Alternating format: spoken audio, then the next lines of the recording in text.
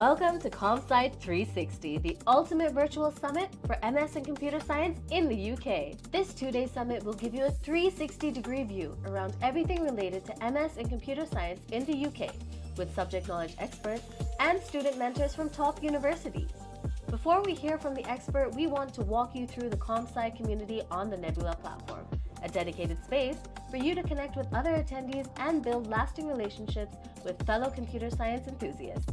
Throughout this summit, you will interact with a number of subject knowledge experts, and if you wish to get a personalized one-on-one mentorship session or get your queries addressed, you can book a slot with them by visiting their Nebula profile. We believe that this session will enhance your learning experience and help you achieve your study abroad goals. Thank you for joining us today, and we hope you enjoy the summit. Hello everyone and welcome back to the day 2 of CompSci360, the ultimate virtual summit for MS in computer science in the UK. I am Sadhana, part of the Nebula engagement and marketing team, and I'll be your host for the day. This talk is about the process to acquiring the UK student visa and the questions asked in the visa interview. But before we dive into the details, let me introduce you to Nebula and how Nebula enables and empowers international study and work aspirants. At Nebula, we strive to bring about transparency, accessibility, and awareness to everything related to international studies and work. And we do that by connecting international students, alumni, scholars, and experts from every related field to provide you with the resources and experienced insights that you would need to make informed decisions about your education and career. Now, CompSci360 is a two-day summit organized by Nebula specifically for students aspiring to study MS in computer science programs in the UK. And our goal is to equip you with the knowledge and resources that you need in order to succeed in the same. A general instruction is to please make sure you're sitting in a quiet area with an undisturbed internet connection. And if you have any questions during the talk, please feel free to ask them in the chat box, and we will be answering them at the end of the session. Now, it's my pleasure to introduce today's speaker to you all. Please welcome Shruti Gaikwad, an MSc in Artificial Intelligence from University of Southampton, who will share her insights and advice on the application process and the interview questions, etc. So before we dive all in, Shruti, we'd like to hear a bit more about you. So please go ahead and walk us through your journey, your background, everything. First of all, I'd like to thank you all for having me today. So my name is Shruti, and I've pursued my master's in AI from the University of Southampton. And I've been in the UK for the past 2 years. I have a background in computer science as well. So I've pursued my bachelor's in IT, and then I went on to pursue my master's degree in AI in the UK. And I'm pursuing my internship, and since then I've been in the UK. Great. It makes me even eager to listen from you. So let me just go ahead with the first question.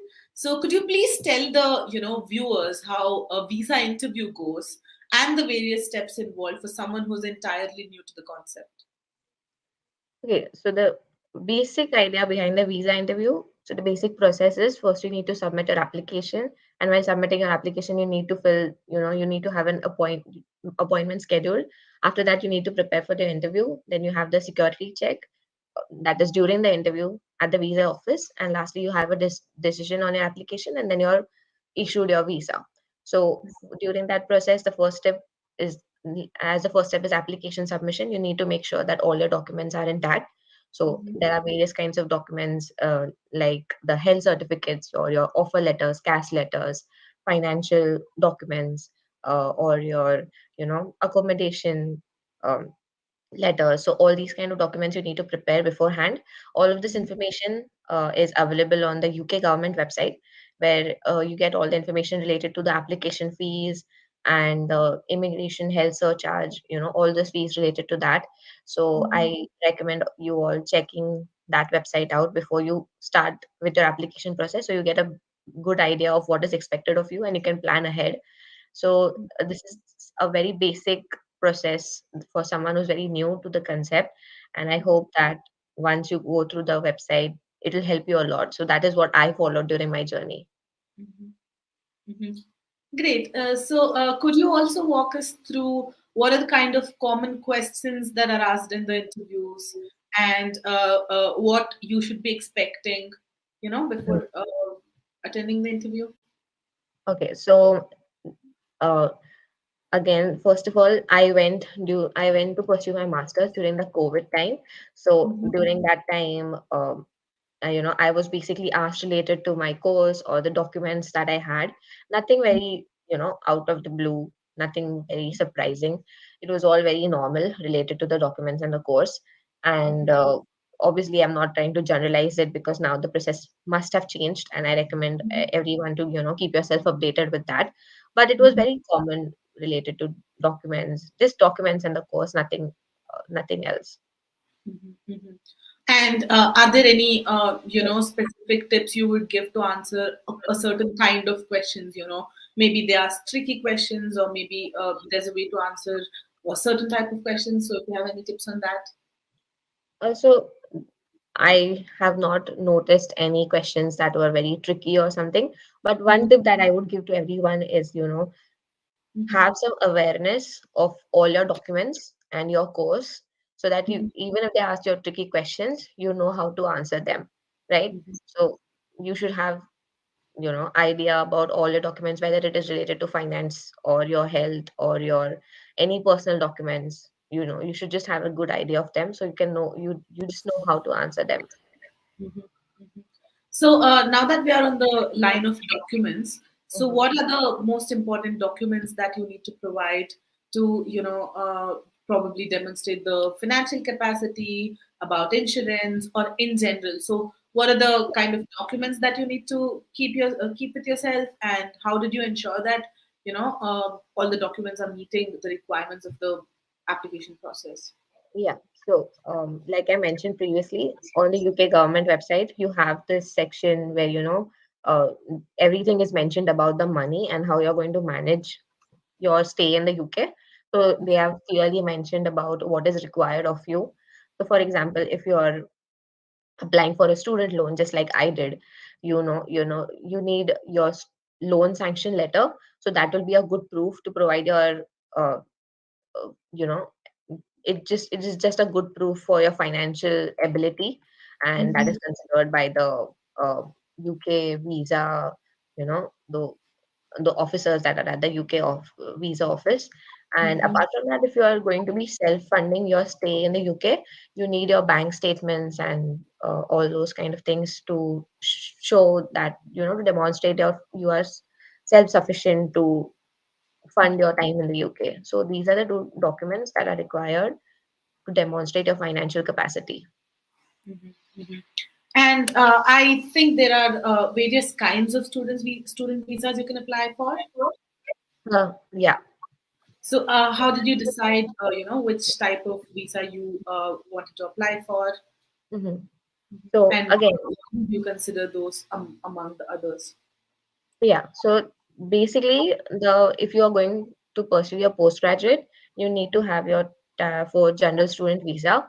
Mhm, Apart from that, there's another visa called as a short-term student visa, but the short-term student visa is for someone who's trying to pursue English language courses in the UK, and mhm, that is for a short period of time. So you need to check that as well. But for mhm, any postgraduate programs, you need to have your Tier 4 general student visa. You need to mhm, check in the requirements that are required for your course. So if you have a short term course, you can mhm, go to the UK government website, and there's also kind of a questionnaire kind of a thing where you can enter your um, details about your course, and they can guide you with what kind of visa is required for your course. So that's how mhm, I got to know. But for most of the postgraduate programs, it's normally the Tier 4 general student visa. mhm. So, how long is a Tier 4 general student visa typically? Like, is it Yeah. exactly for your course duration, or what's the buffer available, and what if you need an extension? Yeah, so the Tier 4 general student visa is for like 1.5 year. So Mhm, from my course was from September, end of September. So it covered mhm, from end of September to the next September and plus 6 months. So I mhm, had till April 2022 on my student visa. mhm, So that's how it goes. And if you want to extend your visa, there are also other options available right now. For example, you have your graduate visa on which you can work as well. So mhm, those are the kind of extensions you can have. But a normal Tier 4 general student visa is for 1.5 year. And what time would typically be a short-term study visa be? Short-term study visa, it basically depends on your course. So Mhm, it is normally between 6 to 11 months. mhm, mhm. So, your either your tier 4 general student visa or a short term study visa, it's typically depending upon the duration of your course, Yeah. and maybe a small buffer for you to like find a Mhm. job or something of that sort. So what happens if you like if you probably fail a course, like fail a semester and you want to repeat it, or if you want to increase it, like pick up another course. So is there like direct extensions you can get, or you have to go through a whole new process? So as far as I know, if fail a course or you need some extra time on your student visa, there are different kind of options that you can consider. So for example, if you fail on your postgraduate semester, for example, and you know that the postgraduate semester is going to take place after 6 months and you need to apply for an extension. But for Mhm, that, you need to take the permission from the university because the university acts as a sponsorer. For me, mhm, it did. So that's how you go about it. And apart from that, if you continue, if you pass the postgraduate program properly, in requirements to the university and all, then mhm, if you want some extra time, then like I mentioned previously, you can apply for different kinds of visas that are available right now. And I was just aware about the graduate visa, but I guess now there are more kinds of visa that are available. So mhm, you just need to check that out on the UK government website because that will provide a more, proper information about all these kinds of visas. mhm, mhm. Yeah. So I think you mentioned a couple of times about the UK government's website. Yeah. And apart from that, Shruti, when you were completely new to the process of an application Mhm. and interview, etc. So, like, did you receive any guidance from the university's international support group, maybe, or Mhm. like what were the sources you looked into, and where did you seek out for guidance? And I'm sure you would have also faced situations where there's just a bombardment of different blogs and different Yeah. articles where they say different things. So how did you go about all that?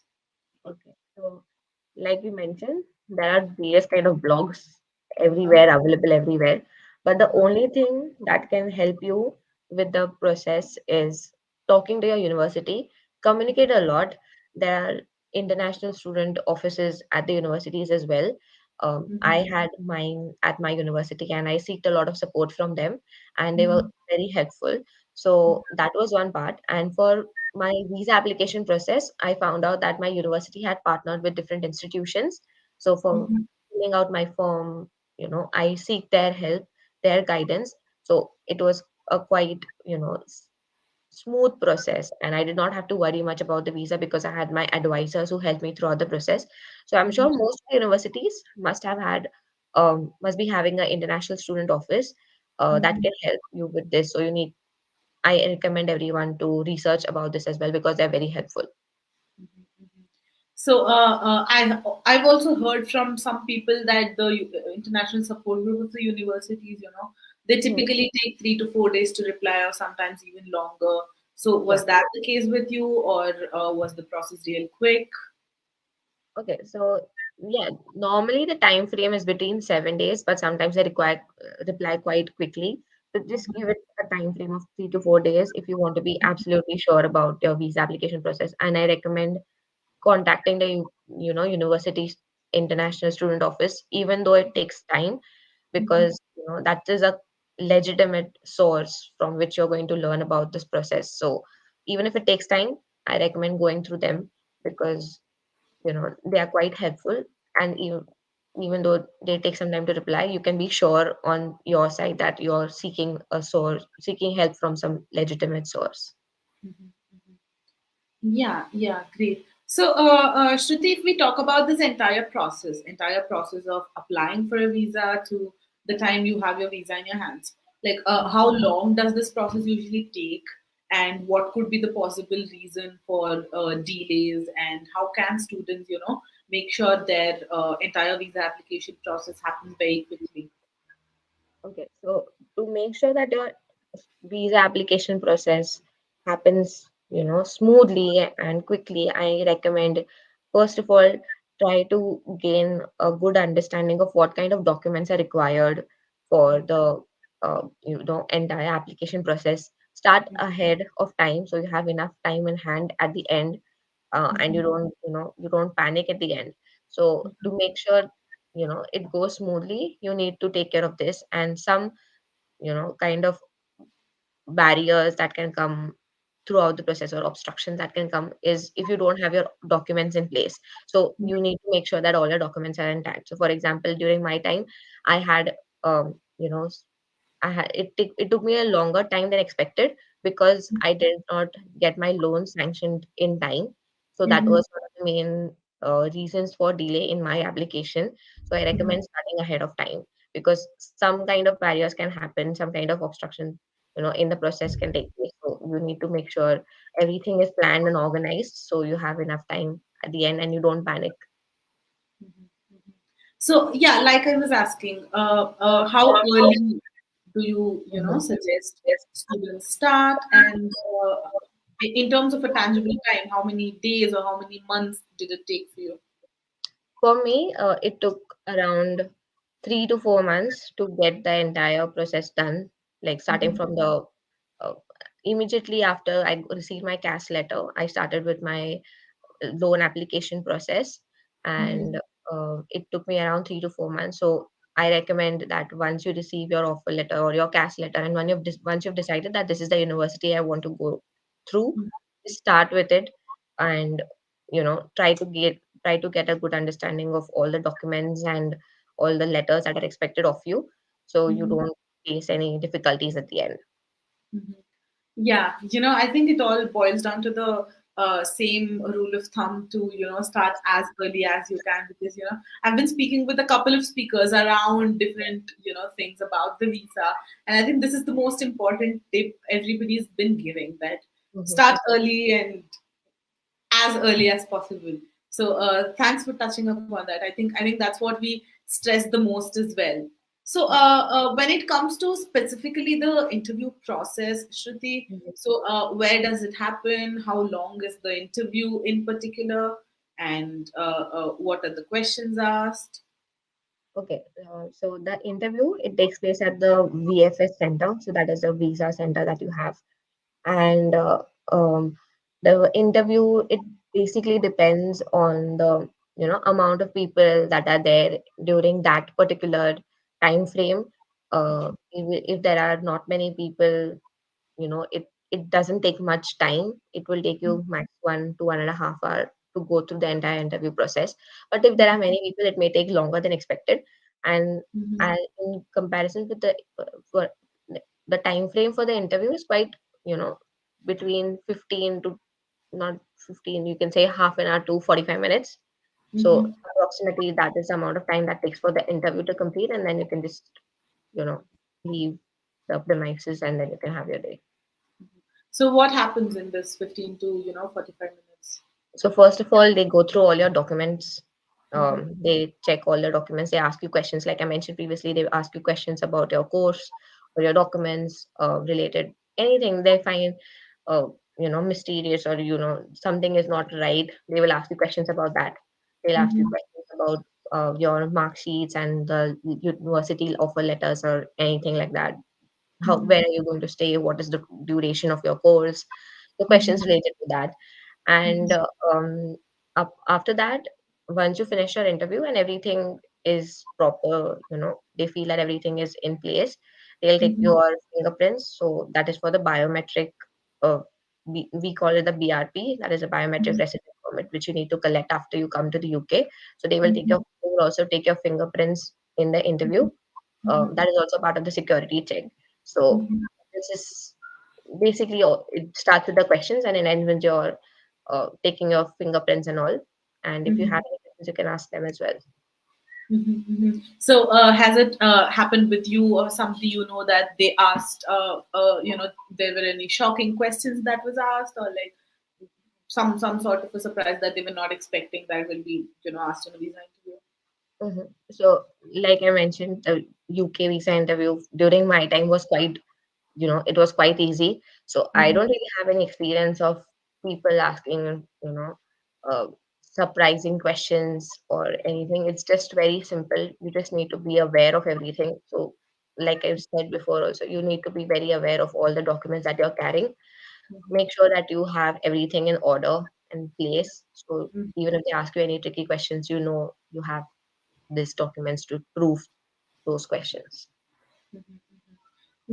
So, along the same lines, Shruti, although like we've been discussing that it's not a very difficult process, it's quite simple and easy to get, but we still hear about people's visa application getting rejected, visa getting revoked after they've got it. So, what do you think are the common reasons why this happens, and how can students avoid getting themselves in a situation like that? Okay, so the main thing is, everything boils down to the documents again.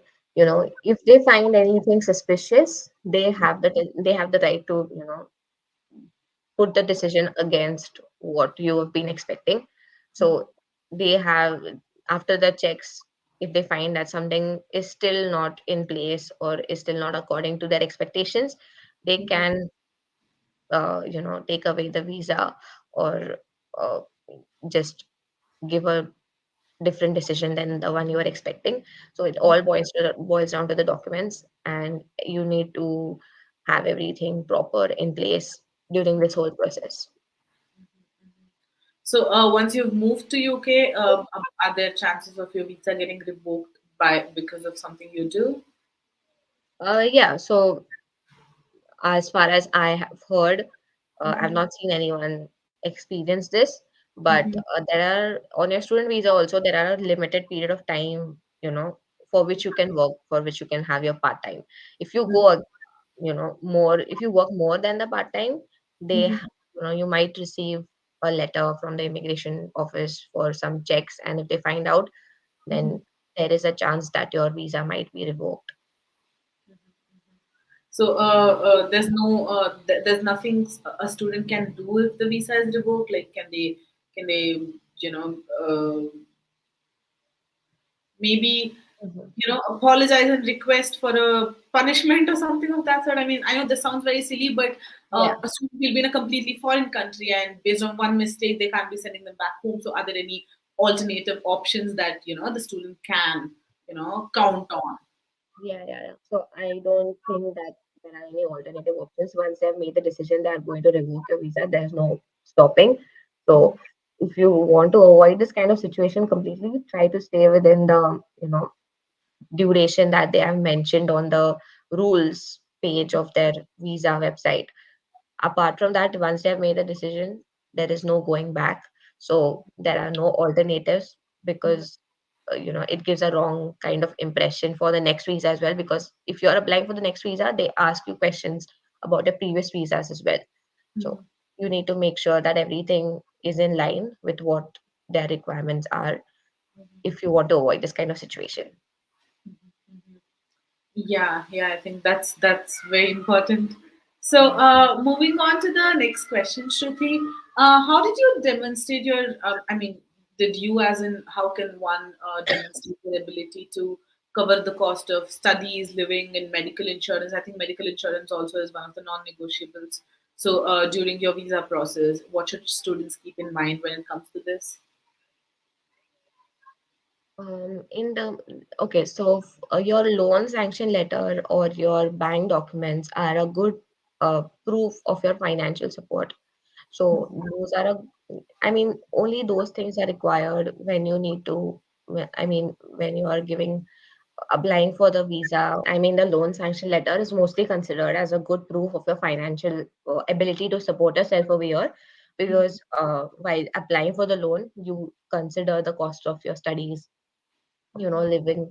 And in terms of medical insurance, you are obviously, along with the visa application fees, you're going to be paying for the immigration health surcharge. So Mhm. for me, I did not apply for any medical insurance apart from the immigration health surcharge. Mhm. So I mean, apart from the medical thing, your loan sanction letter or your bank documents are considered to be a good proof of your, of your financial ability to support yourself in the UK. So, is there a way for you to probably give an average amount of funds that would be required, probably for the entire visa process, including the health Yeah. insurance? So yeah, so if you, you know, obviously the immigration health surcharge is mentioned on the website, so Mm-hmm. you can have the exact figure from there. And Mm-hmm. apart from that, in terms of giving a rough figure related to their cost of studies and all, uh, Mm-hmm. before applying a loan, you need to research about all the cost of living in the UK, how much you're going to need for your accommodation or your daily expenses or your university or your traveling costs. And Mm-hmm. based on that, you just give your rough figure around that and get your loan sanctioned on that amount. Mm-hmm. And then you can present this. Once your loan is sanctioned on this amount, then you can present this in your visa application process. Yeah, yeah, I think that's a good ballpark to keep in mind. So, a little around the same, but kind of different. So, how did you stay organized and manage the various deadlines and requirements of the entire visa application process? Because along with that, there'll also be other things going on, like your university applications, planning to move out, and a lot of things going on at the same time. So, what strategies did you find most effective that our viewers can probably apply for themselves as well? So basic thing was, once you've obviously you're going to be applying to a lot of universities and then you get an offer from your dream university. And then once you get an offer from that university, I recommend that when you receive your offer letter or cash letter from the university and it mentions the start day of your course, start planning from that day itself, because you don't know, you might face any unexpected situations in that process, and you want to keep enough time in hand at the end, because I'm sure this might be a quite overwhelming time for everyone because you're moving out from your home country to another country. So one thing is that, first of all, I knew that for to go to another country I needed a visa application which is, perfect and has no mistakes, so that my decision comes in my favor. So I made a checklist and set some timelines to make sure that I leave enough time at the end. So for example, you have different kind of documents, uh, to submit it in the visa process, and you need to make sure that all of them are proper, are, in place and intact. And also, uh, you have different kinds of medical certificates or your consent letters or your cash letters or your different kinds of documents to present. So, for example, one thing was very unexpected during my time was my birth certificate. I had to present it to the visa while applying for the visa. And since I'm from Maharashtra, it was in Marathi, and all Mm-hmm. the documents needed to be in English. So I needed to get that done in English as well. So Mm-hmm. these are some kind of unexpected situations that you might encounter. So Mm-hmm. make sure that you are in, you know, you have proper time at the end. You need to start planning. So set a deadline, set a timeline, approximate rough timeline. You also need to have your medical test done while Mm-hmm. applying for the visa. You don't know how long it will take for the results of the medical test to come, right? So once you get your CAS letter, start Mm-hmm. planning, get a good idea about the documents that are needed, and just start planning how you're going to achieve your, end your visa process in time. So you can just start planning out early. Also, sometimes it takes longer to get a decision on an application, Mm-hmm. so you need to keep that in mind as well. So just start as soon as you get your CAS letter and set a rough timeline so you can follow that, and you can, you know for make sure that you have a smooth application process. Mhm. So, while we're talking about, maybe the university taking a longer time to confirm the admission, or when there are unexpected situations, like for you, you had to, get the documents redone. So, Mhm. what if a student gets late? What if they miss the deadline of applying for the visa, or they don't have enough time left for the visa, but they've got a confirmation from the university? So, are there any, any options they can consider when they have a very short period of time left? So I mean, I don't really know about the options that you can consider, but you can definitely inform your university that these Mhm. kind of things are taking some time. Mhm. Uh, you know, Like options of priority visa applications and the stuff like visa. Yeah, yeah, yeah. You have options related to the priority visa, but first, I would recommend informing your university that. because Mhm. during my time when I applied for the visa, my start after I came like a week after my start date, and I was asked here in the UK at the immigration office that why Mhm. have you been, late? Why Uh-huh. have you come late after your course is started? So I Mhm. had to explain a lot. So make sure that you keep everyone informed, and Mhm. to avoid this kind of situation there is also a kind of visa called as a priority visa. Uh-huh. So uh, gives a decision on your visa faster as compared to the normal visa process, so you can consider that as well. Mhm. Great. Are there any rules and restrictions that are, exclusive to international visa holders in the UK? Yeah, so there are a lot of each visa comes with its own restrictions. So, for Mhm. example, the student visa, if you're on the student visa, there are some restrictions. For example, you cannot work for more than 20 hours in the week. Um, if you're working part time, you can only work part time. Most focus should be on your studies and less on the work. So they have limited your work hours to 20 hours only. So these are some kind of restrictions. Apart from that, I don't really think there are any kind of major restrictions on your visa. Yeah, yeah. Coming back to the interview, Shruti. I mean, this like we have discussed for the last half an hour about how simple the process is and everything. But there will still be students who are probably intimidated or anxious about the whole interview process. What are some tips you would like to give students who are, supposed to go give an interview but are nervous or anxious and stuff like that? Share your experience too. Were you nervous, and how it all Yeah, so as a first time visa, application holder, even I was very nervous when I was first entering the VFS center. went? You all have this kind of things that go in your mind that what if my visa is rejected? What if they find any different kind of mistakes in my visa application? What am I going to do after that? But the thing is, you need to be confident and don't worry much about all of these things.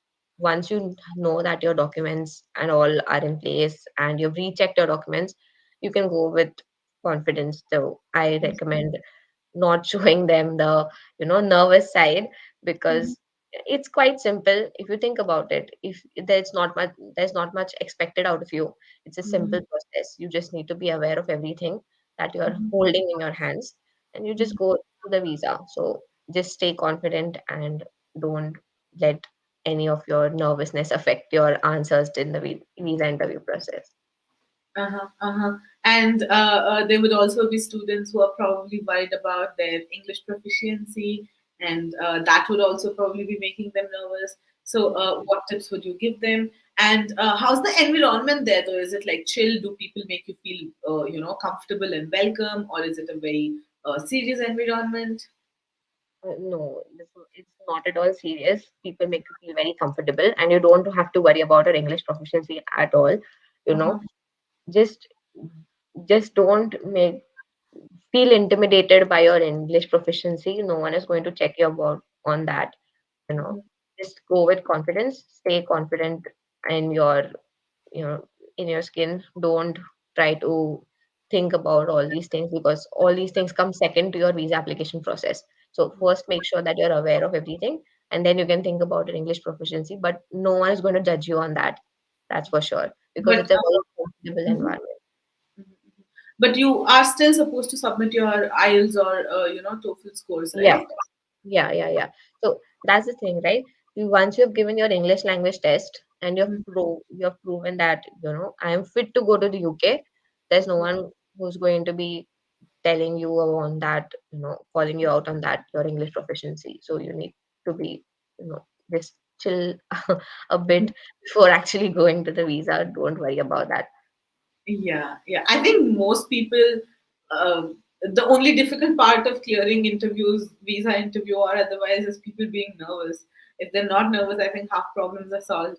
But Yeah. again, I suggest, even if students who are watching this, if you all are nervous, then come to different mentors, talk to them, get your questions answered over Yeah. and over again. You can watch the same video if you want to, but Yeah. I think the nervousness and anxiousness is prevalent when maybe they feel like they don't know much, they don't know the entire process, or about different things. So I suggest that you can connect with anybody. You can connect with any mentors that are listed. You can connect with Shruti as well and talk to them. Tell them that, hey, I'm feeling anxious about, maybe this particular part of the entire process. So could you maybe help me with that? So if you're doing something wrong, you get personalized insights. If you're, just anxious, you also get reassurance and how you can get rid of that. So please make sure that you connect with the speaker, you connect with, all the other mentors listed, and you make sure you're going and getting the right guidance from people, because if you go and Google the same thing, you don't know who's writing what and where you're getting information from, and different sites say different things. So that was just a heads up for the viewers. I think, Shruti, we've covered most things around the entire visa interview process and also the application process. So we can now probably take some questions that our audience have for us. So I will read out the question for you. You can you know, answer them. So, one of the questions we have is, can you explain the role of a sponsor in the UK student visa application process, and what are some key things that students should know about their sponsor? Yeah. Can you give me just a minute? Yeah, yeah, sure.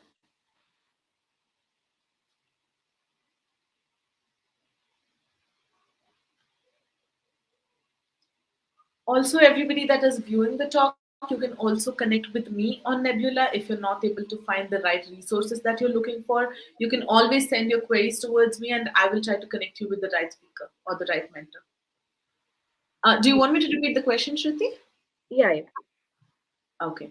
The question says, can you explain the role of the sponsor in the UK student visa application process, and Mhm. what are some key things that students should know about their sponsor? Okay. So, in terms of a sponsor, Hmm. I'm assuming you're talking about in terms of your CAS letter, because in the entire visa process, your university acts as your license sponsor. Uh-huh. So basically, you need to get a letter from your university, and that acts as the university acts as your license sponsor. So Uh-huh. before you get into the process, no matter what university you're applying to, make sure that your university is a licensed visa sponsorer. So by a licensed visa sponsorer, I don't mean that they are going to take care of your visa application process or anything. They are just going to offer you your class letter. So they are your sponsorers. So make sure you check this out with with your university as well. Great. So, moving on to the next question. Somebody is asking, what if I don't get the student visa? What are some alternative, two people actually, what are some alternative options for students who are unable to obtain a UK student visa but still want to study in the UK? Uh, I, yeah, if you know something I don't, you can please. I'm not really sure about the alternatives that you have, but I've just heard that once you have got your visa rejected, there is Uh-huh. some period of time for which you have to wait before making another application. Uh-huh. So I'm not really sure about the alternatives, but this is something that you have. But to avoid the situation, you just have to make sure that everything is in place. Don't worry about what if my visa is going to be rejected right now before making a visa application. Just make sure that your first visa application passes, because the process is quite simple. So that's what I'm saying. My first advice is start ahead of time, start early. You don't have to worry of why if what if my visa is going to be rejected later. So just start early and make sure everything is according to what is mentioned on the UK government website. Mhm, mhm. So we have another question which says, how important is the personal statement in the UK visa application process, and what advice do you have for students writing the personal statement? I'm not really sure about the personal statement applies to the UK's uh, Uh-huh. visa application process, because at my time I did not submit any personal statement. Personal statement uh, was just submitted to the university. Nothing uh, of this sort was submitted to the visa application process. So I don't think you have to submit a personal statement for your UK visa application. Mhm, mhm, mhm. Great. Maybe we can take one last question, which says, could you please tell about the different types of UK student visas available? I think you answered that question already. Yeah, yeah. It was really great having you, Shruti. We covered almost everything around the entire visa application and interview process. I think we discussed about certain things way more than others, and I'm just really hoping. I'm pretty sure that everybody who's watching has gotten a very clear idea of everything that we discussed. So thank you so much for making it to this talk so early in the morning over there, and we're really glad that you could make some time to join us. And it was a very very insightful session, and I really loved having this talk with you. Thank you so much for having me. It's really nice sharing my experience with everyone. And I hope my experience would be of some use to some of the students who are planning to go to the UK. I hope you guys have a good rest of the day. Thank you so much. Thank you, and everybody who's watching the session, thank you so much for being such a lovely audience. You can always connect with Shruti if you have more questions. You can connect with her on nebula.com. You can connect with me and send me across your queries if you have any. And also, there is another talk that is going to start at 3 p.m. Please do not miss to join the session. We're going to be talking about converting your student visa to a permanent residence while studying in the UK. So please do not forget to join at 3 p.m. and I will see you all at 3 p.m. Thank you so much for joining. Bye.